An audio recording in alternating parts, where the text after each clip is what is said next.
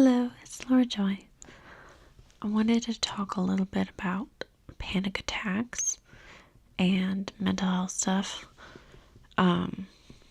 So some of my subscribers probably know that I am in a mental health facility and I get a lot of panic attacks. I had one today. I yelled at everyone.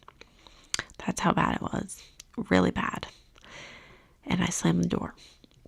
And that's something they talk about in group not to do. I mean, they did a year ago.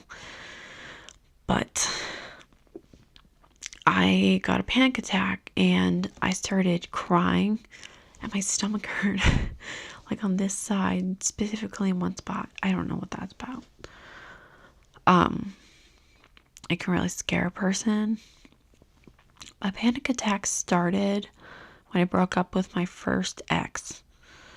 When I found out some things about him that I didn't like, and I asked him about it and he didn't respond. That's when I had my first panic attack. I didn't know what it was. I was very upset, and I'll never forget that day. I was in my bed, even in my comfortable place, and I just had a panic attack. So I think that means that when people are comfortable, they're more likely to have that panic attack and show it. When we're not comfortable, we can have a panic attack and not show it more easily because we're trying to put on this like tough persona of I can handle this because I'm in a new place and I can handle new places. But sometimes we can't. Sometimes it shows. Sometimes you can tell. But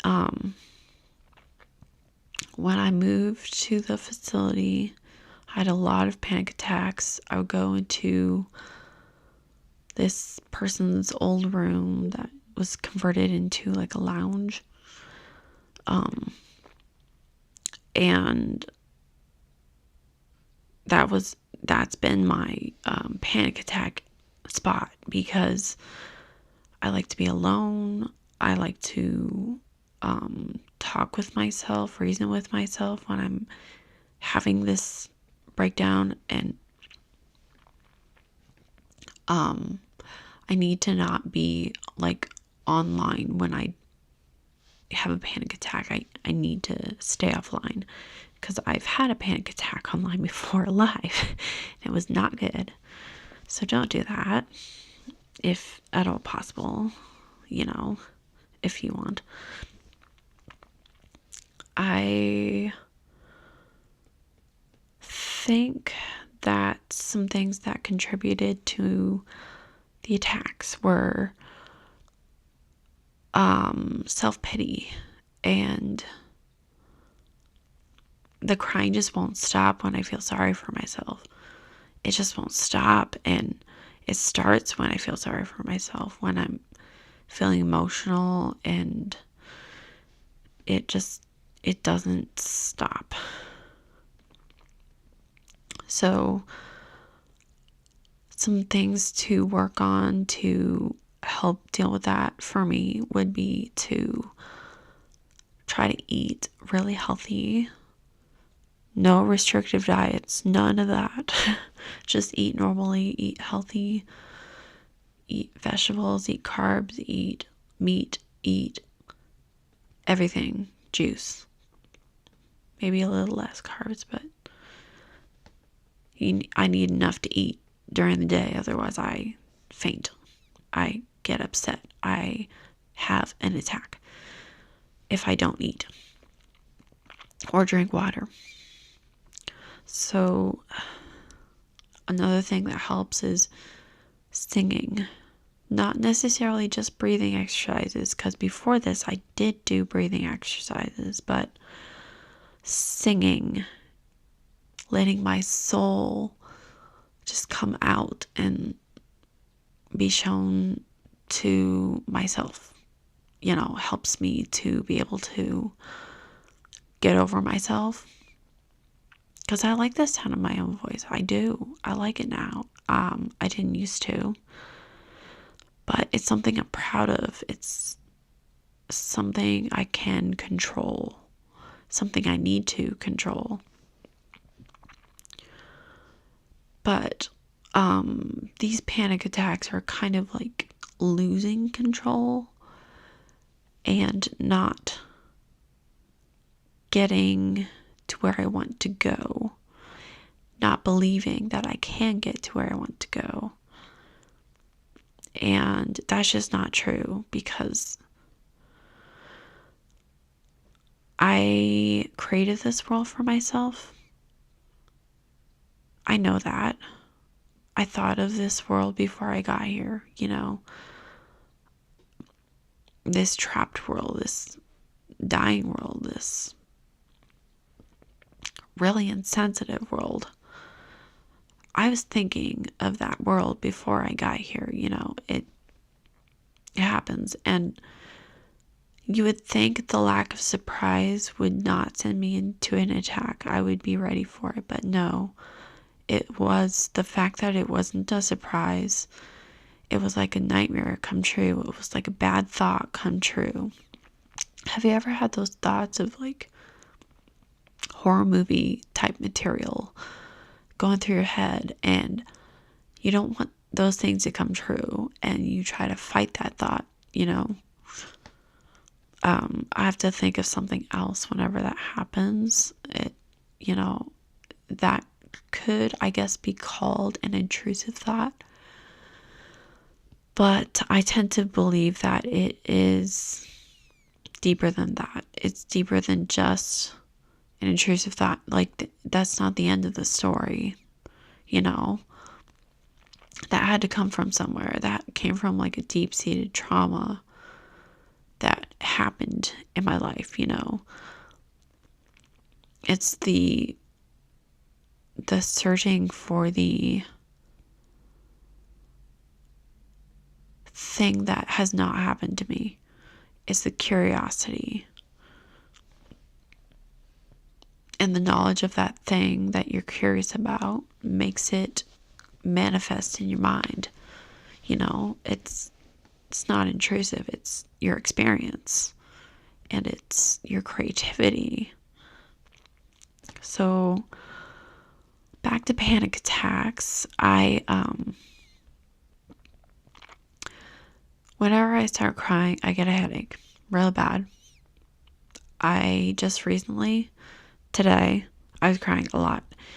I got a feverish headache. I've been taking Tylenol to help out with coping with it.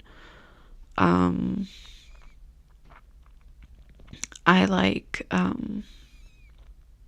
feel really warm right now. Yeah, really warm. And it's the middle of winter and it's freezing cold outside, but inside it's pretty warm. Even if I were outside, I'd be warm.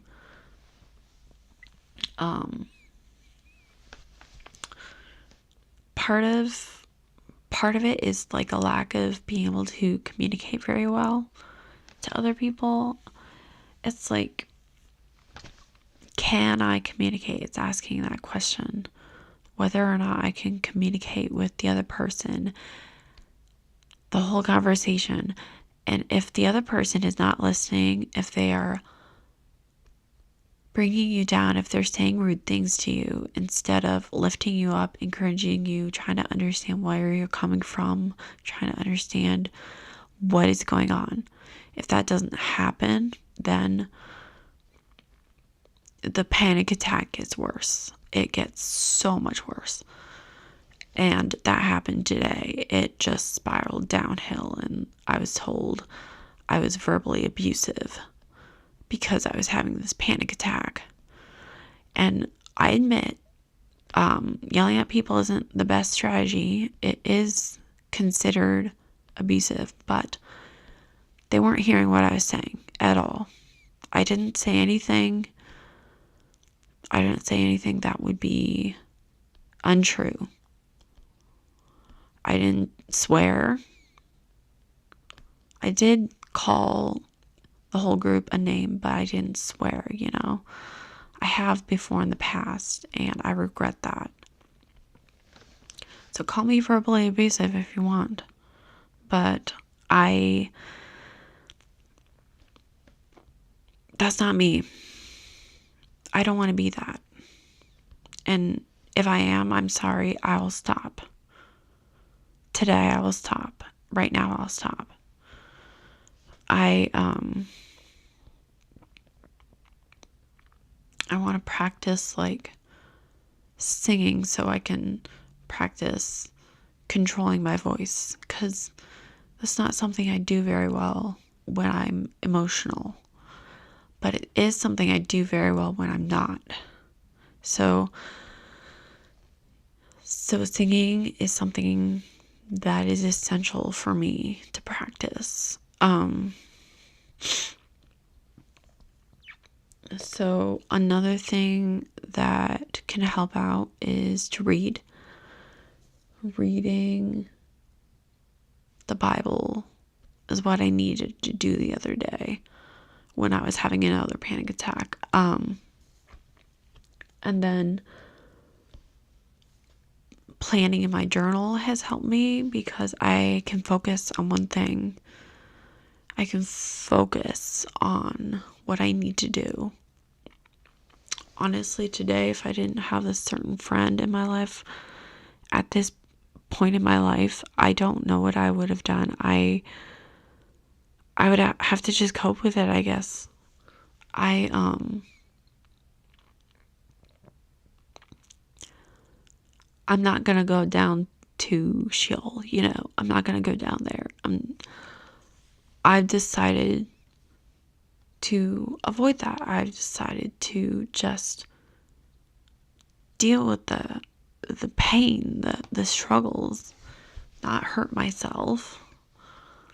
I do have episodes where I pick up my acne a lot, but hopefully that's going away. Hopefully. Honestly, that panic attack, that's another type of panic attack for me, is like, oh, there's stuff on my skin, I gotta get it off. Like, I'm so grossed out by it that I just like, I want it out, I want it gone, and I can't stop myself from like doing it. I don't know what it is. It's an addiction. It's really bad. I got a Staphylococcus infection when I was younger from it. We were living out in the countryside, and I got a Staphylococcus infection because there were so many sores on my face. But I've been using CeraVe from the dermatologist. I went to the dermatologist and she prescribed CeraVe. So that's been helping a lot with my acne. And then the clindamycin lotion goes with it. But for my shoulders and my back and my chest, I just have to like not pick at it, and then it goes away. So just a little tip. But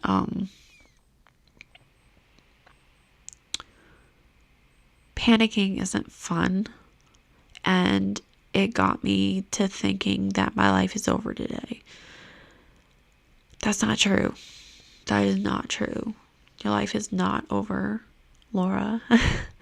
Your life is like just beginning. Even if I stay here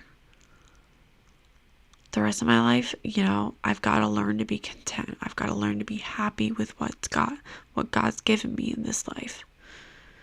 So maybe the outside world isn't what I thought it was cut out to be, I do believe there's good out in the world. I do believe that. I do believe there are people that will support me, people that love me, people that care about me. I mean, for the most part, people don't care. People don't care what happens to me, and that really bugs me. That really bugs me a lot. But I don't need to panic about it. I can learn to love others because Christ loved me, not because they love me, because they don't. They don't. But I can love them because Christ loved me, and I have a reward that's great in heaven for that. And I have to hold on to that hope, because otherwise there is nothing to live for. There's no meaning to life. So I may have to post a trigger warning on this video at the beginning, but I hope you learned something from what I said, and I hope you don't have a panic attack. I hope that your mental health can be well and stable, and you can be happy. And just know, if you're my sister watching, I love you. And if you're my brother watching, I love you. And if you are my parents watching, I miss you and I love you. If you're someone who just watches me regularly, thank you for your support, and thank you for coming back to the channel. Now, I do have to say, I don't know you, so don't think I do. But I really appreciate you. This channel means a lot to me, and being able to talk about these issues is a blessing and a privilege. So, anyway, take care. See ya.